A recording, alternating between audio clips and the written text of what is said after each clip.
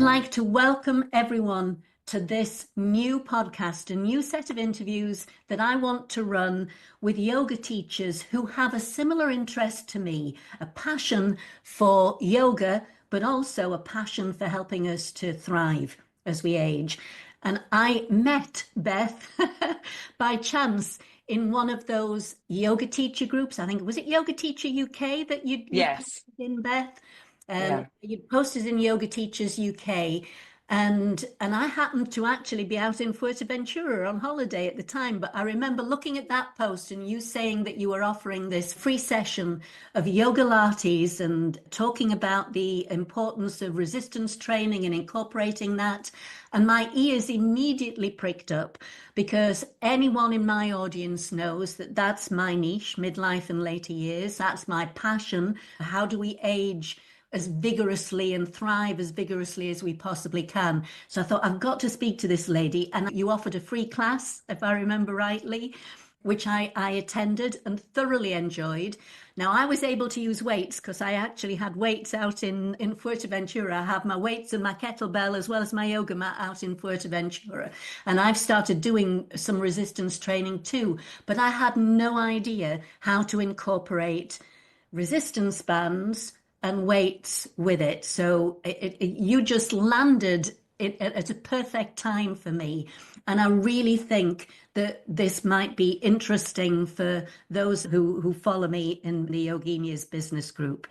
So I'm going to start by just asking you, I know that, I'm reading a little bit here. You're a leading specialist in Solomon Yogalates. I've never heard of Solomon Yogalates, so you need to tell us a little bit about that first, and who Louise Solomon is. You've got a 500-hour qualification in what you're calling a dynamic and accessible blend of yoga and Pilates. And that's, I find, really intriguing and really interesting. You've also taught with a number of other names that I'm sure that our audience will recognize: Norman Blair, Tiffany Cruikshank, Leslie Kaminoff, Bernie Clark. Fabulous stuff.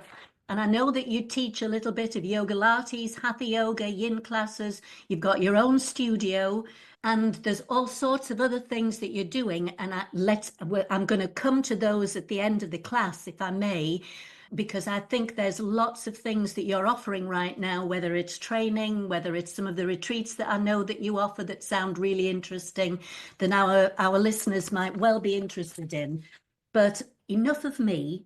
I'm going to start by throwing it back at you and say, tell me how you got into it. And just tell me a little bit of the background. How did you start all this? Where did the interest grow? How did you gravitate to yoga lattes and so on? Yeah. Okay. So, well, my name is Beth, first of all. And so originally I was an actor. So I was an actor through my 20s. And when I was, going back before then, I actually came to Pilates first, actually. Pilates was my first passion, really, over yoga, which is usually, a lot of people in the yoga community come to obviously yoga first, but I was a bit of a different route because my mum did a lot of Pilates. I used to go with her to classes when I was a teenager because I'm quite hypermobile in my body.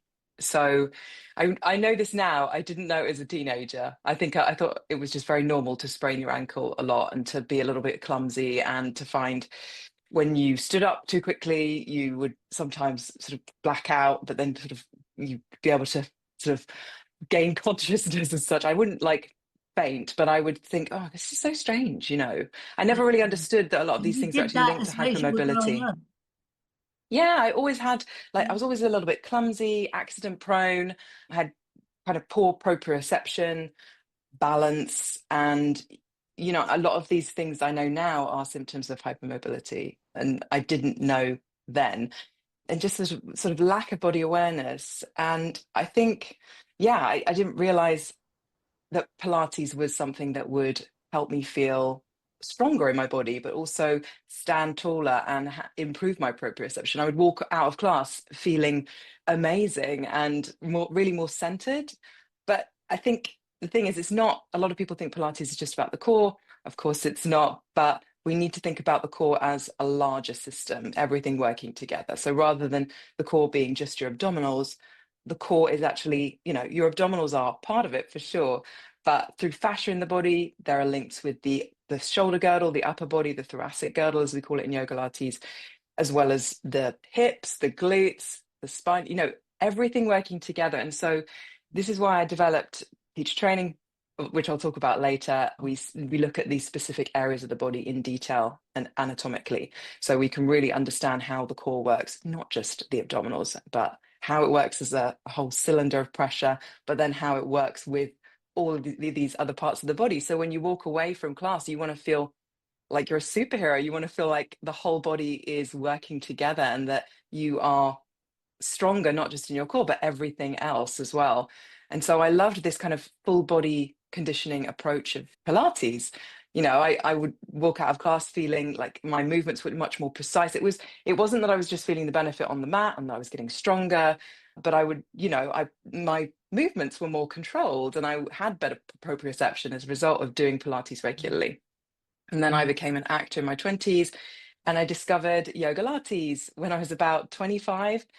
And then I started Was doing, it a yoga Pilates class you actually went to? good question. So I was actually working as an actor abroad and I couldn't go to a local Pilates class. So an actress who I was working with at the time, who was really into yoga and also a bit of Pilates, she had some DVDs back in the days of DVDs. And one of Right. them was Yogalates. And I thought, oh, what a strange word. Never heard of this before. It sounds a little bit like a posh coffee. But she said, just give it a go. Just give it a go. It's really good. And I did. And it was this woman, Louise Solomon, on the video. And she is the founder. So she's based in Australia. And she founded the method in the early 90s and then had this DVD series, which sort of took off in the UK. So sometimes I have people coming to me now, emailing me saying, oh, I used to do Yoga Lattes, the DVDs back in the 90s, because they actually Oh, were really? really popular. She won, I think she beat Jerry Halliwell's yoga DVD to like best fitness or health and fitness Wow. video of the year at the awards. So it was really popular for a moment. And then I got into more and more of her stuff. And then I met her in Australia, yeah, a few years after that. And then in 2014, I decided to train with her. So yeah, I became qualified in the method. And yeah, I never looked back really. It was like it just sort of overtook the acting for me and became a bigger passion project. Yeah. And yeah, and then that sort of grew over time. It sort of developed. I didn't start teaching thinking I would eventually be training teachers or running international retreats, or having an app, which I launched last year. So I've got a Yoga Lattes London app as well, which is a great transition from the Zoom days of lockdown. It's like it seems like the next step, and the apps are just becoming more and more popular now. So Wow. that's been great to transition. Like I've got this community of people online who did my classes through lockdown and afterwards, and then kind of moving them onto the app has been amazing for me because I haven't had to teach my timetable classes anymore, but I can still keep them engaged, if that makes sense. So they So can use the app whenever they want. is all of your teaching through the app now then, online? No, so I actually don't have a studio. So I actually just hire spaces. That's always worked better for me. And I teach termly classes Me because I too. quite like the break of having time off. I don't love the idea of running a studio. It just doesn't personally appeal to me. I know some people really enjoy it and thrive in that way with their businesses. But I think also actually I always felt like that was a stigma until recently of like, oh, I don't have a studio. Does that mean that I'm a successful yoga teacher? But my goodness, it's like there are other ways. I love my business now. It's thriving in all these different little directions. I've got all these pieces of the pie working together, and my community classes. So I hire community spaces and I teach a couple of classes a week, which I love. I love being in person with people. I have private clients, and then I run in-person retreats. But then everything else is online now. So the app, and then also the teacher training that I run for yoga I'd teachers. love to dig a little bit deeper into the app and how you transitioned from that too. Maybe that's Yeah, we can chat about that. I yeah. will say, just to correct you, I didn't work with those teachers that you mentioned. I just want to No, correct you there. I, no, I trained, I learned from them. you learned So from yeah, I just them. want to make that correction. But Yeah, but isn't it? Yeah, it's the thing is about being a yoga teacher. I feel like there's just always so much learning to be done. It's like you yeah, never stop on the journey of yeah. learning. And I think that's the thing. I trained originally in Yoga Lattes with Louise, and that offered me a 200-hour hatha qualification. But then I felt actually I wanted to go and do more yoga training because I felt like it wasn't enough, as I'm sure a lot of yoga teachers feel. Their 200 hours sort of just the jumping off point. It's the Yeah. starting point, right? And then you go off and you do more trainings, and then you learn by doing, learn by teaching, and getting out there and just getting out of your comfort zone and throwing yourself in and getting the practice and getting the learning. But also, you know, I see too many teachers being held back by the need to do more and more trainings because they feel they don't have the confidence to get out there and actually do it. And actually, I have a lot of people doing my training to get confidence in teaching, because there's a lot of teaching practice that we do in the training. But it's great to feel, it's great to empower yoga teachers, I think, to get out there, because it's all like we have so much knowledge. Like the Yeah. world needs what we Yeah. have to offer. And so I think I have done lots of different trainings, and I did go to India and do my 300-hour hatha yoga training there, which was wonderful. But I felt even that, you know, I wanted to then learn more about anatomy. So I feel like a lot of what I've learned about anatomy that I share with my teacher trainees, I learned from Tiffany Cruikshank, was a big one. She's amazing, her courses. Yeah. But yeah, I think the thing is, for me, yoga Pilates is amazing, but I think it shouldn't be a substitute for all of the learning that's out there in the yoga world. Like we do, even in my teacher training, like I will help people fine tune yoga asana postures. It's not just about teaching Pilates and resistance training. We do touch on the yoga, but yeah, some people come to me and say, "Oh, I haven't actually trained as a yoga teacher. Can I do your CPD training?" And I say no, because you do need. I think people do need at least some yoga training to be able to then to be able to teach. Because my training is more, like you say, like it's about bringing in more strength work. Fascinating. Loads of, we could maybe even do a second, a I second, know. I feel like I'm going off a subject here. second Sorry. talk on this. I feel a second one coming on at some point, but that's really interesting. And for me, certainly, I remember doing, I forget who it was that I did it with. I think it was a teacher through York University, but I remember doing some additional CPD training because I was thinking of setting up a 6-week healthy back and core course for my students because of the students that I was facing, and we'll come to that in a minute as well. But I always remember, it really struck me when you said about, you know, we tend to just focus, or we think that, mistakenly think that Pilates is just about the core, but the core is a lot more than just the abdominal girdle. And I always remember that teacher who taught me that healthy back and core course, she used to talk about the core as being an orchestra of 36, 38 muscles. And I'd never even perceived it like that before. Hmm. And the And a lot of importance, yeah, absolutely. You know, I mean, how many of our students would even think that your quads and your hamstrings are actually part of you know, are relevant to the core? So, I know, and it's all to do with fascia, which is the hot topic these days, isn't it? Fascia, yes, but absolutely. everything working together. Yeah, yeah, absolutely, absolutely. Brilliant. Okay. So just coming back, a couple of things I'd like to unpick from that as well. Yeah. So so you were teaching during the pandemic, Hmm. and was it all face to face before that? And it was during the pandemic that you then kind of, Yes, that I transitioned online. Yeah.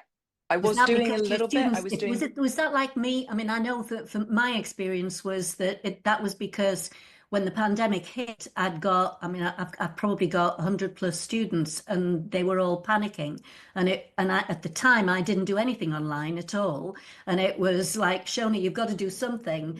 So I'm okay, right? I'll learn how to use Zoom and all the tech stuff and whatnot and yeah. set something up. And it kind of went from there. How did that happen for you? I was already teaching the odd class, actually. I'd sort of started to segue a little bit into it. I'd Okay. started pre-recording stuff and adding it as an Yeah. extra bonus for people who wanted to sign up for a 12-week term with me, or I would teach like a free Facebook class on Facebook Live on a Saturday morning. So I had a bit of experience with it. I bought a mic already. So when COVID hit, I just had it all set up, and I was very lucky. Yeah. I feel like it was sort of always going to be going in I'm this not sure that was direction. luck. I think you probably I think we were always going in this direction with, yeah, yeah, everything was becoming much more yeah, online focused yeah, with apps and workouts and yeah. such. And And I I feel like think COVID just sped things up. if we've time, maybe in this session, I'd like to touch on the app because I'm really interested in the app, and I'm sure that the audience would be too.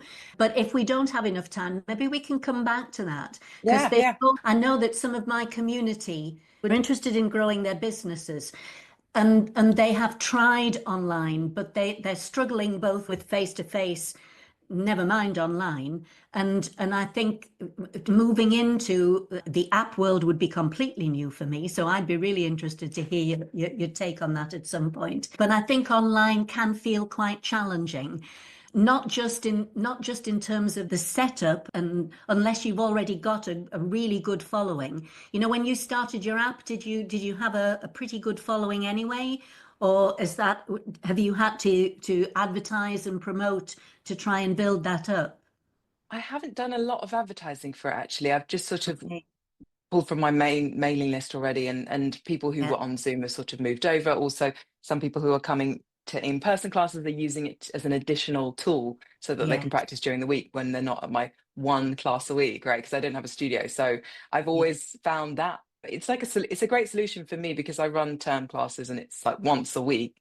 I'm yes, always saying, I don't think once a week is enough, really. And yeah. so it offers my students, I especially also when I'm completely not agree. teaching, when I'm not on term time, Yeah, I'll be off for 6 weeks. They can use the yes, app if they want to. And I mean, not all of them are signed up to it. Some of them are app resistant, but yes, or they have other things that they want to do during the week, which is great. It's like motion is lotion. It just all yes. movement is good. But yeah, it's useful, and some of them are really, really loving it. I think it's a Isn't great that, tool. I'm just thinking this is really useful for those who are listening to this in terms of the business aspect of this, because I do something similar in that once the pandemic was over and I transitioned back to face to face. So now I've got a number of different options that students can take where they can just do face to face only, they can do face to face and online together, or they can do online only. And I have students who take, who literally fit into each of those groups. But what that's doing is, like you say, it's giving them that flexibility to be able to, two things, I think. It gives them the flexibility, which I believe is really important. But the other thing I think it gives is it gives having the online and the backup of online.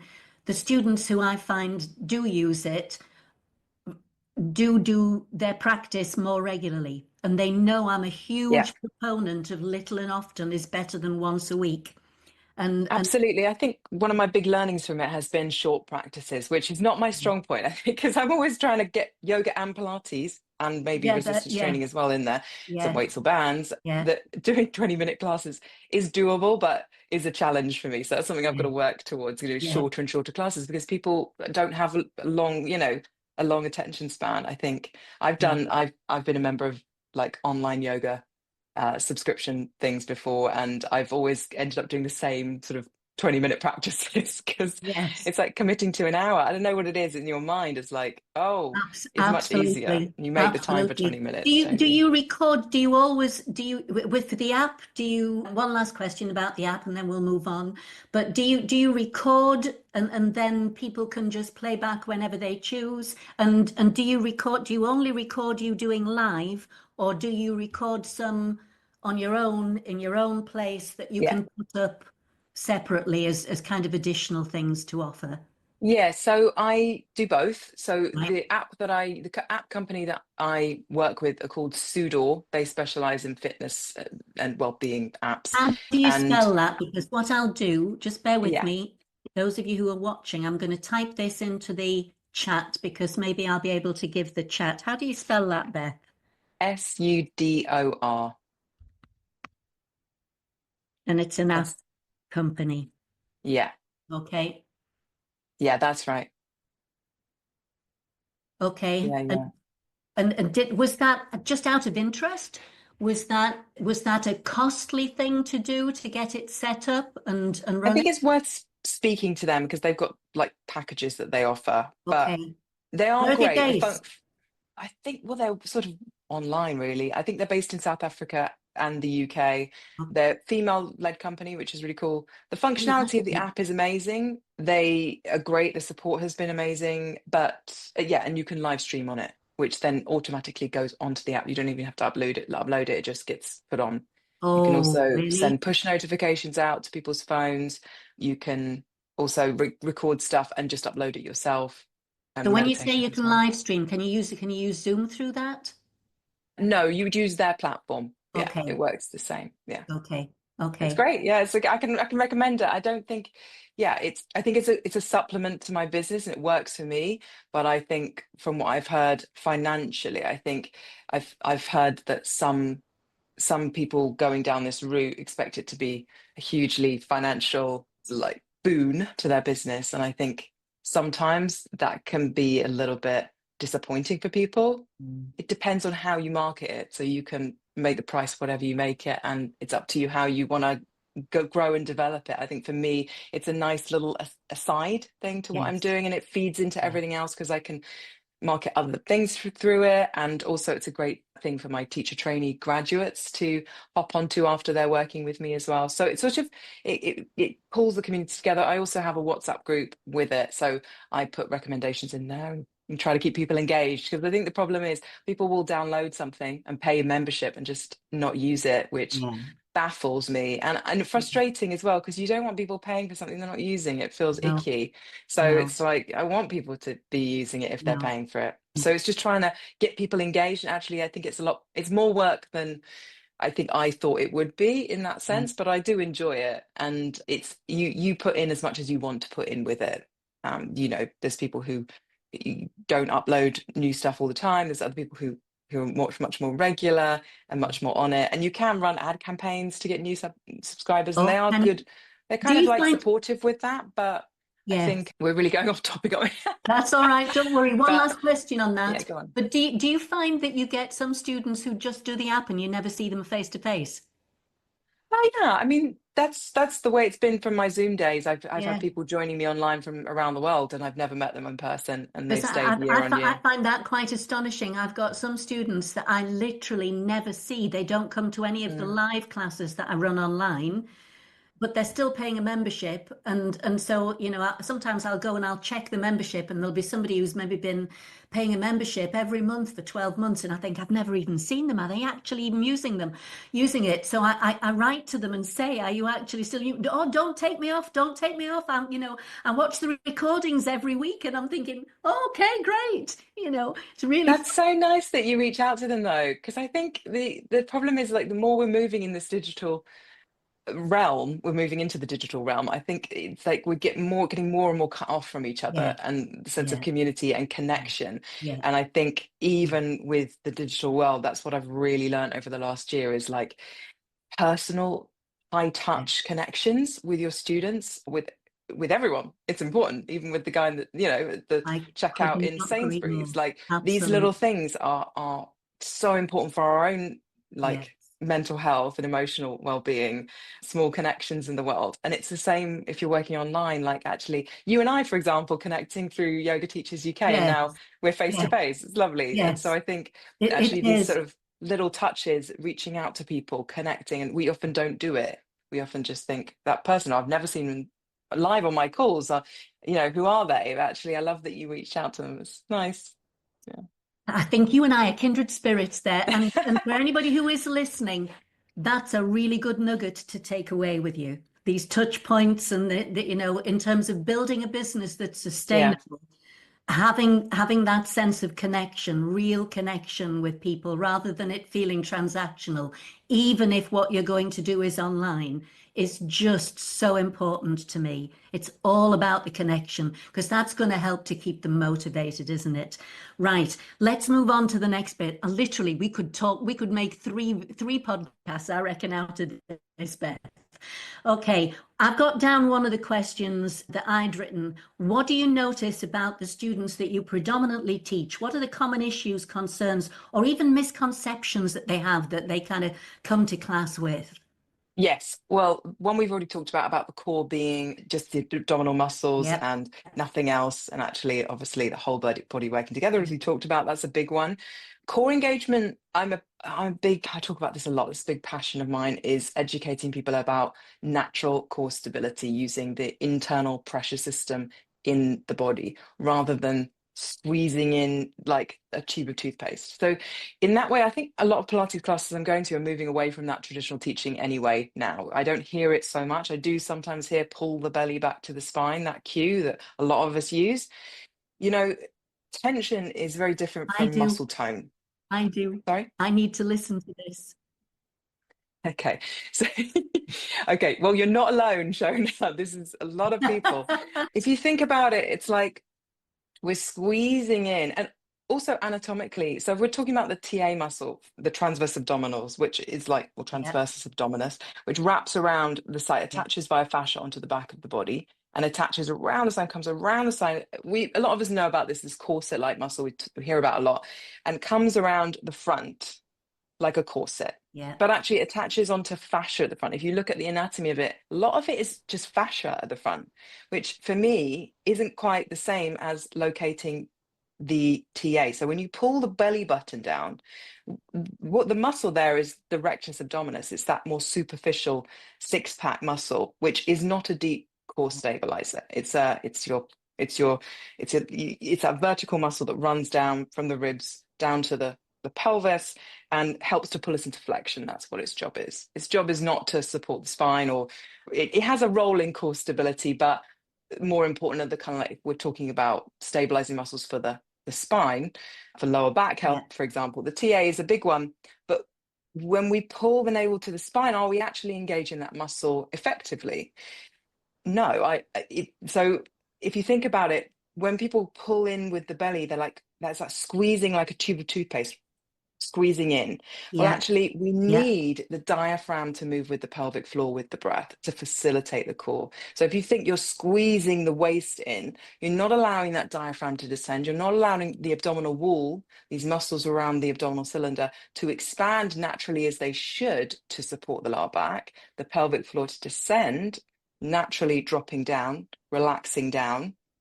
And then on the exhale, the diaphragm and the pelvic floor both moving up. The pelvic floor comes into that natural contraction if it's moving functionally, which is a whole other topic which we can talk about. But we Okay. want to have a strong but supple pelvic floor. Quite a lot of people have Yeah. a weak pelvic floor. Some people have a hypertonic pelvic floor, too tight pelvic floor. So it's that cylinder is not working effectively. And if you're not breathing diaphragmatically, that pelvic floor is just going to be not moving, which is detrimental to supporting the lower back and engaging the core. So we can squeeze in, but actually that squeezing in is not helping that pressure system, that, as they call it, intra-abdominal pressure, that natural pressure system that we have in the body to support the lower back. The body is so intelligent, it knows what to do. We get in its way. Mm. So when we're doing Pilates, we want to think about doing these exercises to build up the strength in the TA and the other abdominals to support the lower back, so these muscles can become strong, and then they Yeah. can naturally switch on when we need them to before a movement happens, and therefore support the body, because this area of the body is quite vulnerable. We have the rib cage protecting the thoracic, we have the pelvis protecting the sacrum, but we have nothing in that sort of in the lumbar In area. between. So which is why it's Yeah. so vulnerable to injury. Same with the neck. So we have to be really careful. And I think, there's a lot of chronic back pain out there, like non-specific low back pain that people suffer from. And just in learning how to engage the core and to tone those muscles and strengthen the muscles, it enables them to help to switch on when we need them to, rather than having to squeeze in. It's the same with like glutes. The squeezing is not the same as engagement. If you actually work on strengthening the glutes, for example, a Pilates bridge, or the variations that we do with Pilates bridge, very different from the yoga bridge, which is more of a back bend. And quite often, if you're teaching a yoga class, you see people coming into bridge, the glutes are not engaged at all. Like actually teach a yoga class on a Friday night at the local David Lloyd to use their spa facilities, which is amazing. So I don't usually teach just yoga, but I do once a week at the moment. And I really was astonished to see kind of how people are in lunges and the glutes are just sort of hanging out. Like there's no power in the glutes. And in our standing yoga asana postures, we need strength in our glutes and our legs. And and all the other bits as well, obviously. But you know, these things that you see in yoga a lot. I mean, we know about the shoulder girdle being a weak area for a lot of women. I mean, this is the problem, right? Yoga was invented by men for male bodies. Like, it wasn't originally invented for, well, it wasn't really practiced by women originally. And I think, you know, we do a lot of, like, especially if you're a vinyasa teacher, you know, there's a lot of flowing in and out of something like chaturanga, for example. Yes. And do we actually have the strength in the shoulders to be able to support that kind of repetitive weight bearing? And obviously the angle of the shoulders, if you're not doing it the right angle, obviously that's going to be even more stress on the rotator cuff. But I see so much weakness in women, particularly in the upper body. When I teach just this straight yoga class in the gym, I see, you know, people are really struggling to weight bear, particularly women. And yeah, there's not a lot of power in these parts of the body that I think are so important to strengthen and to stabilize if you're going to be doing a lot of yoga. And not just that, you know, when you, with age, during the menopause, post-menopause, you know, we lose muscle mass. The decrease in estrogen affects the muscle mass, it affects the bone density. Obviously, the hormone changes affect the metabolism. So there's a lot of changes in the body that put us under stress. This is why there's such a movement towards strength work and resistance training these days, and protein as you age, because the muscles really do need extra. You know, yoga is not enough. Yoga asana is not enough, I'm afraid to say, with aging. Yes. And it's only in the last couple of years that I have even begun to really understand the importance of skeletal mass and how important muscle. I had no idea that muscle was a metabolic sink. No idea whatsoever. Not necessarily thinking about protein and the importance of that, not understanding how muscle decreases and the dangers that are associated with yo-yo dieting, losing muscle as well as fat, and the fact that the older we get, the harder it is to regain that muscle and put that muscle back on. So I think that's one of the things that I've felt particularly important for anyone who's listening. You know that my passion, my niche is midlife and later years. So predominantly my students, you know, I'm 72. I've got students, my average age are in their 60s, you know, and the mantra that we live by is about thriving and staying as well and as healthy and as strong as we possibly can for as long as we possibly can. But actually beginning to realize that, you know, I, like you, am realizing yoga on its own may not be enough, but there certainly needs to be more emphasis within the yoga. So one of the things, I can't remember whether you and I talked about this when we were sort of collaborating about the call, Beth, but when I did the healthy yoga back in core course that I did a few years ago, the teacher there talked about what she called the three S's of healthy aging. And they were strength, stability, and stretching. And in that order, she said that Yes, that's what strength, I'm always telling my teacher trainees. I'm like, if you're yeah, looking at someone, for example, because we have a whole module on posture, postural patterns. So if you're, so for example, one postural pattern is like the slouch, the hunch forward, the kind of yeah, flat back that often yeah, is accompanied yeah, by that rounding of the shoulders, the chin poking forward, and or you know, hyperextended lower back. That's another one, the classic kind of yoga poking the ribs forward, that posture. yeah, If you're looking at a postural imbalance, and we take apart kind of each of these in the areas, like we'll look at what muscles are under firing, what muscles are over firing, doing double the work and under strain, yeah, and how do you rebalance that? And a lot of, you know, a lot of them, their instincts as yoga teachers first and foremost is, well, what needs stretching?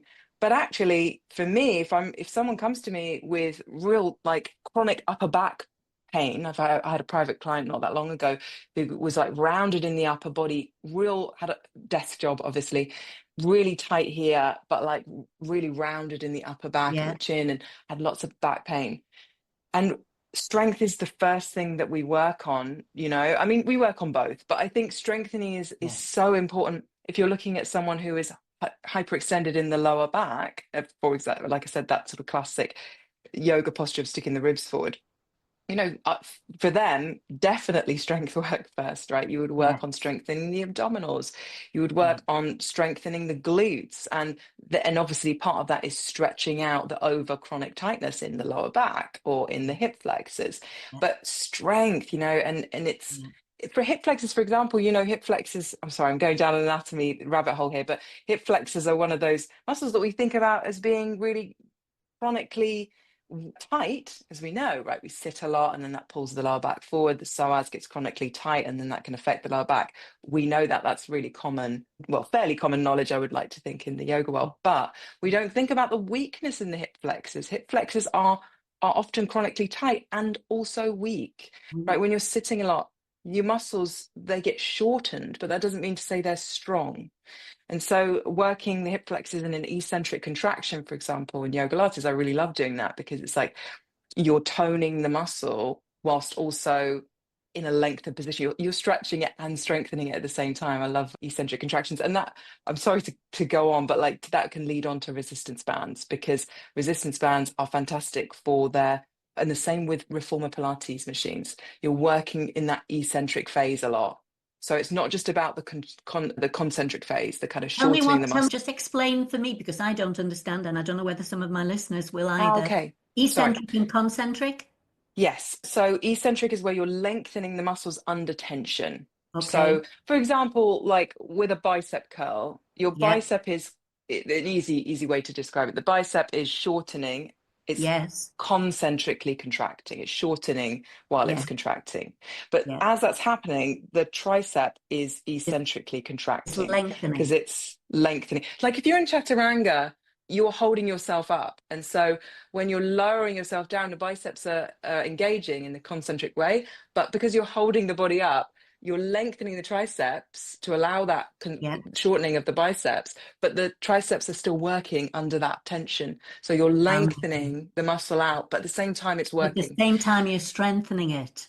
Yes, which is why the bands work so great, because you're often working in that eccentric, you're pulling the band, but then on the retraction, you're getting that sort of lovely lengthening. And yeah, Yeah. and obviously the muscles are working in groups as well, and they're doing opposites, but there's always the agonist and the antagonist working together.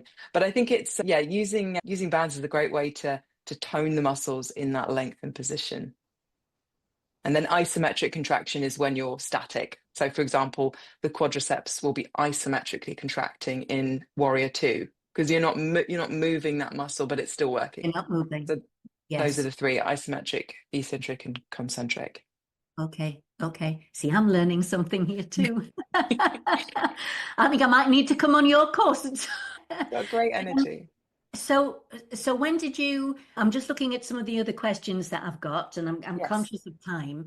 Um, Yes. when did you begin to introduce weights, and how do you introduce it? Did you find that you were predominantly attracting students, or do you teach a wide range? Are they all sort of ages? Do they tend to be more midlife?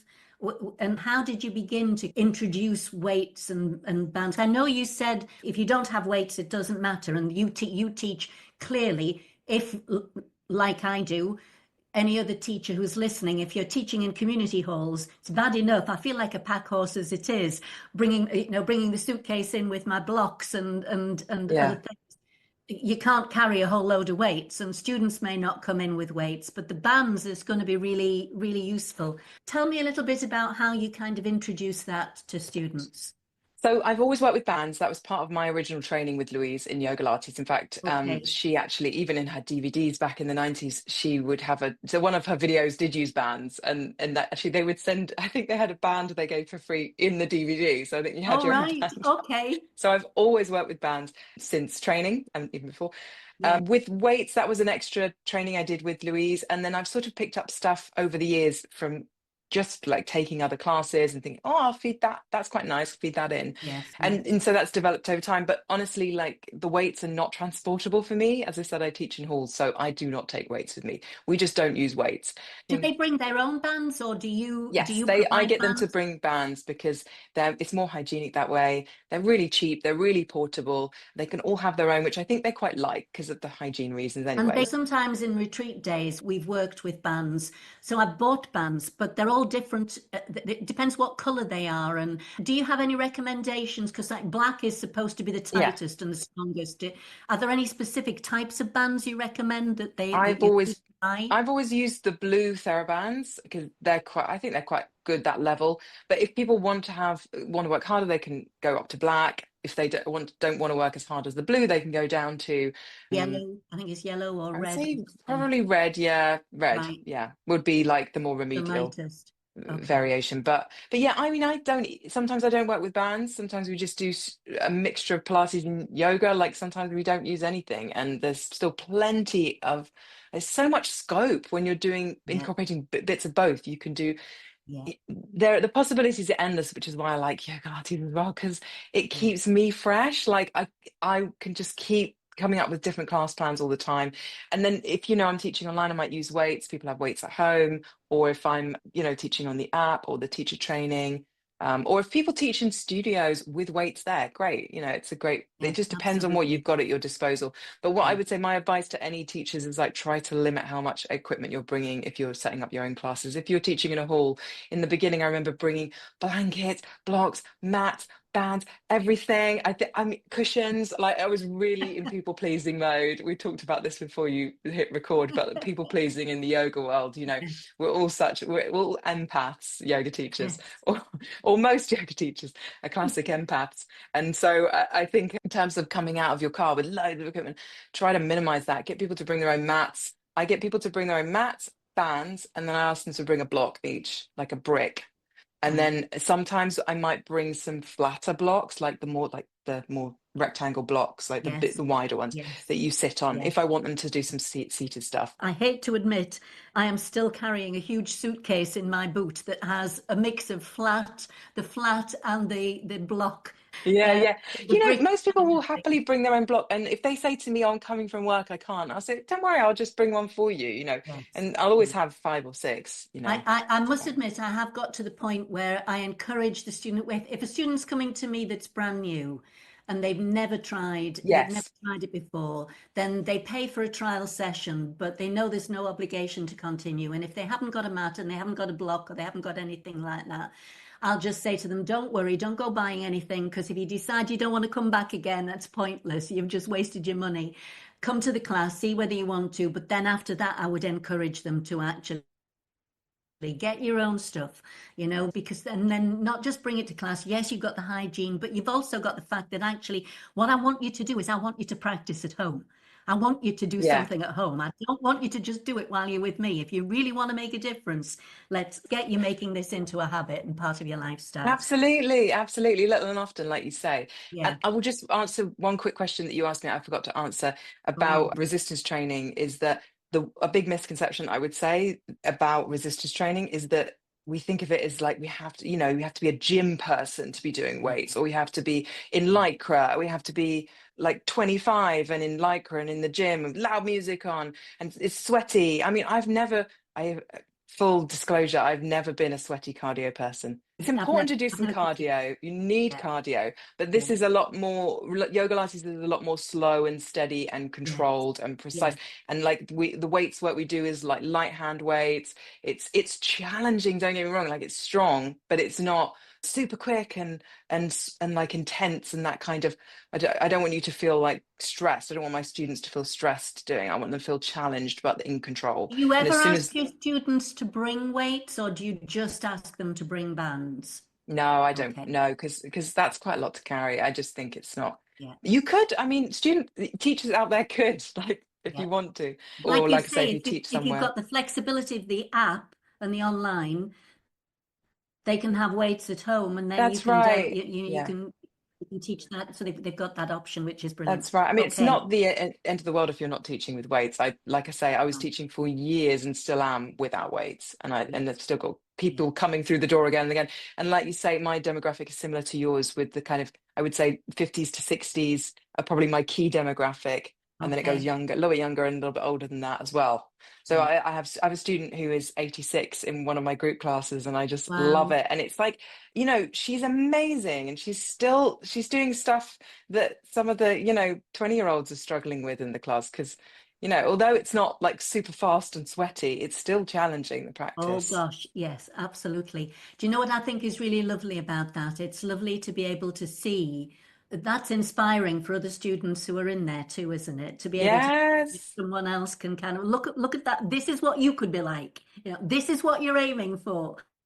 Yeah, that's it, isn't it? We just want to age well, Yeah, right? You just want to age well yeah, and have a healthy, functioning, mobile body that's also strong and yes, flexible. And then you also want to work on your spiritual development and your managing your mindset and stress and all of these things that yeah, we get beautifully from yoga, meditation, and other body work practices. Like I'm really into breath work at the moment. There's so many practices out there that yeah. nourish us, strength work isn't just what I do. I think it's a balance, isn't it? It's about So incorporating all these it things and what genuinely you is. love. Yes, absolutely. It genuinely is a lovely mix of the yoga and the Pilates coming together. One more quick question before we go, and we'll finish giving you a chance to talk about, because I think you've got some lovely things that you're doing with that teachers would be really interested, might be really interested to hear about. But, and it's one of the things you and I were touching on just before we started recording this, which is, do you ever find that there is that kind of almost unavoidable, and sometimes I find extremely frustrating, politics around, well, what you're doing is not yoga. That's not true yoga. Do you ever come across that at all? Yeah, absolutely. Over the years, I mean, I've been teaching for over 10 years now, and in the beginning it was really, people would be raising their eyebrows. What do you teach? And Yeah, like they'd make jokes about it and stuff. Well, not everyone, but well, I think it's hard if you're teaching something that is different.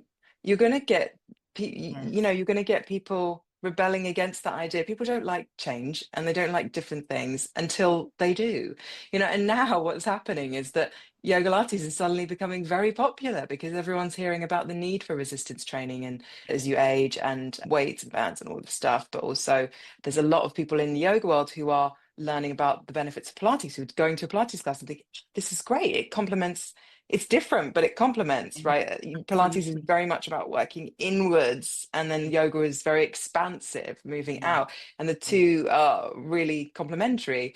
But yes, there's a lot of people who have in the yoga world who've said to me that, yoga Pilates, how, I had someone the other day comment on something saying, oh, this is not right. You should be just doing Pilates and the spiritual side of yoga is the most important side.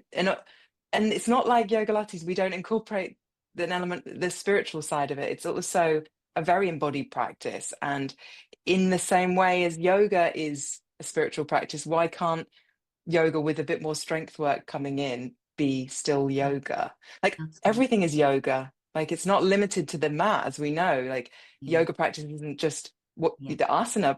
I mean, any yoga teacher knows that, right? It's how yeah. you are in the world, how you move through the world. It is Yeah. life, right? You live yoga. And And the so fact that one of the things that I find myself often it's saying very to my reductive. students is, what we learn on the mat, we take off the mat.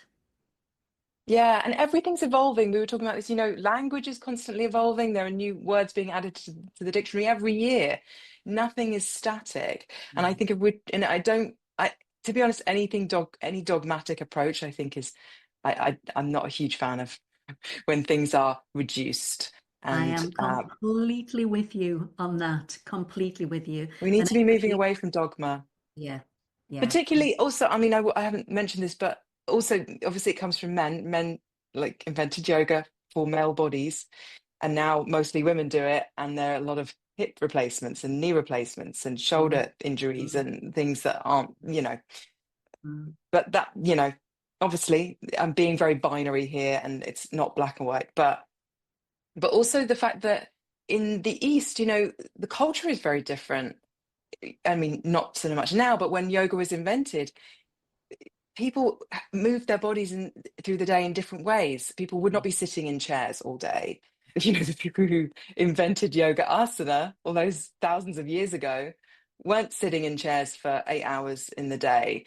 They weren't like, because how we're sitting all the time is having a massive impact on our posture and creating these postural imbalances in the body that then we're going and doing yoga on the mat and expecting that our bodies are going to be able to sustain that kind of practice that wasn't designed for our sedentary lives. Like don't get me wrong, it really supports it. It helps us stay more flexible. And there is a lot of strength you get from yoga, don't get me wrong. But what I was coming back to, this kind of weak glutes, weak shoulders, weak spine muscles, weak core, a lot Yes. of that has to do with Yeah. sitting too much. Yes.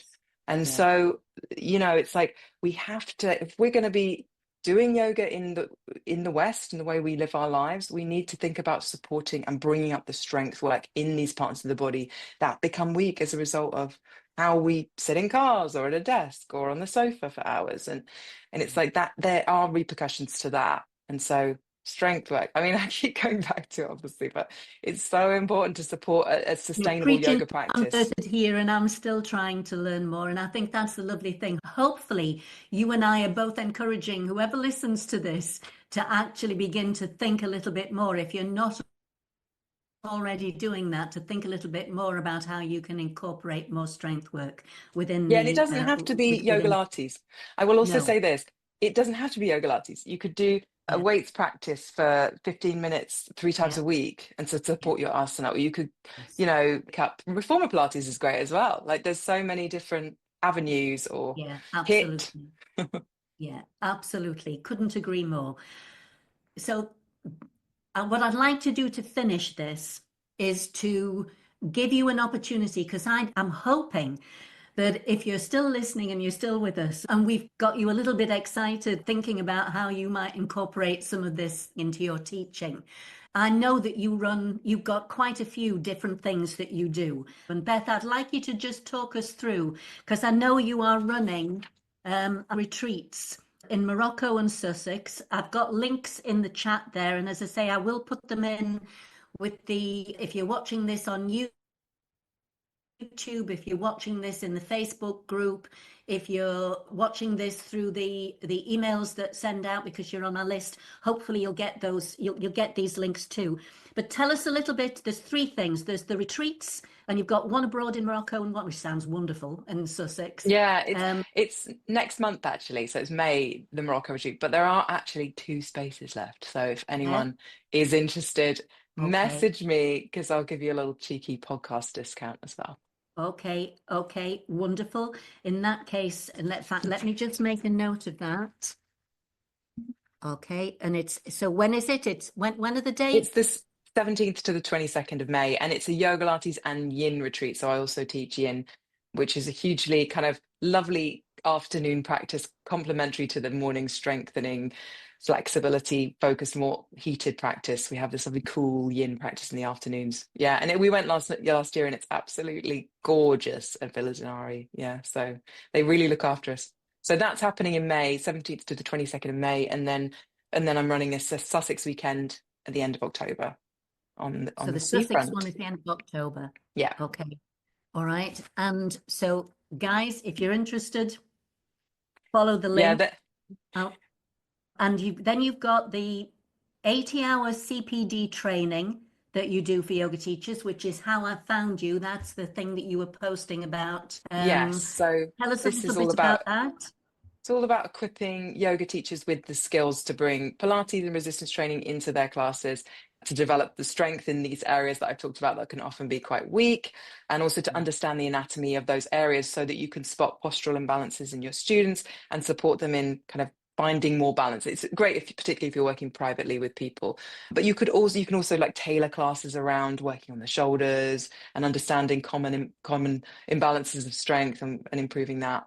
And then also, yeah, learning how to work with weights and bands, and yeah, developing your confidence with anatomy, because this is such a weak point for yoga teachers. This is one of the biggest things that I think teachers who train with me get from it. They feel much more confident about talking confidently about anatomy with their students, and understanding rather than an overloading with everything, which I feel like is what I got from my 200 and 300 hours, like all the information about anatomy, and you're supposed to absorb some of it, but quite We often got it's we got. I don't know whether anybody else thrown had the same over. experience, but I just remember getting, having to there'd be the recommended reading, and you got two great big thick books, and they'd maybe spend 2.5 days where you were expected to try and read through and Yeah. understand all of this stuff. I'm thinking like, I have no chance. There is no way this is going to go in and I'm going to remember Yeah, this. and it's a lot of the problem is like it doesn't transfer to the long-term memory. So you might understand it in the No, moment, but it doesn't mean to say you're going to remember no, it a year from that no, point. no. So we look at specific areas like say the shoulder girdle, the core, the glutes and hips, which I love talking about because it's such a juicy, no pun intended, topic to dive into. And then we look at specific muscles and then we revise and revise and revise. And then there's a little short quiz at the end as well to cement your learning. And then you get a chance to teach everyone in the group a 25-minute Yogalates class, and then you get my feedback if you want it. Is this CPD a mix of online and face-to-face? No, it's fully online. So it's Okay. over 3 months, and then it's quite small groups though. I don't like to have huge amount of people in the training.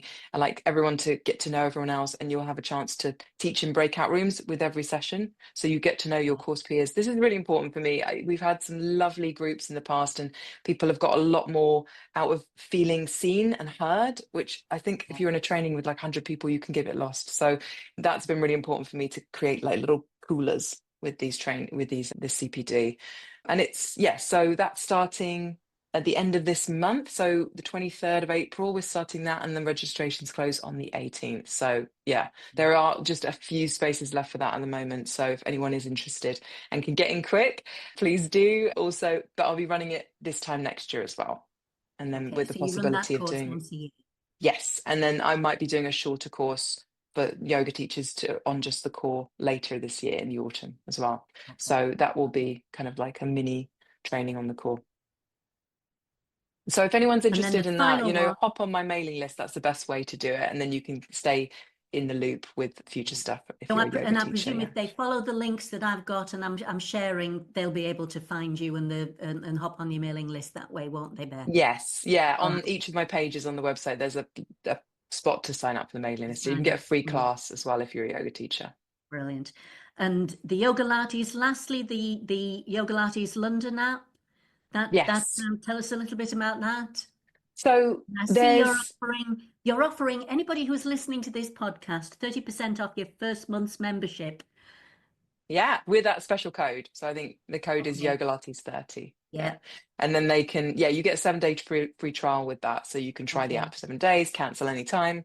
And you get like billed monthly. But like I say, you can get a big chunk off that first month. So you can try it and see if it works for you. But there's heaps of Yogalates classes on there using weights, bands, or not at all. Just classic Pilates and yoga melded together. And then yin on there as well, hatha classes as well, and there's a little community, and then I post recipes and there's a little news feed. It's awesome. And if anyone's interested in what we've talked about building an app potentially, it's a great way to sort of check it out. So go check out my app if you want to have a Yeah, little but idea of what it's definitely, like. I would definitely like to. I'm quite, despite the fact that I am a technophobe, I am quite interested in that. That does appeal to me. I bet it would work really well. Beth, thank you so, so much. Is there anything that you feel that I haven't asked that I should have asked that you'd like to just share before we wrap this up? No, I don't think so. I think we've covered so much. Haven't we? We have. Yeah. But I just want to say thank you so much. It's been a real pleasure. I've loved talking to you too. I It's really been do lovely to think. speak with you. Here's the other thing that I want to leave you guys with who might be listening to this. Sometimes it is just really nice to understand that not all yoga teachers are in competition. It is about looking at collaboration. There's things that we can learn from one another. And it's just really nice to actually touch base with other yoga teachers and reinvigorate that kind of enthusiasm and passion that I'm sure you all have. Thank you very much for listening. And my plan is to do one of these a month from now on. So look out for the next one. Beth, thank you very much indeed. Thanks, Shona. Bye. Bye bye.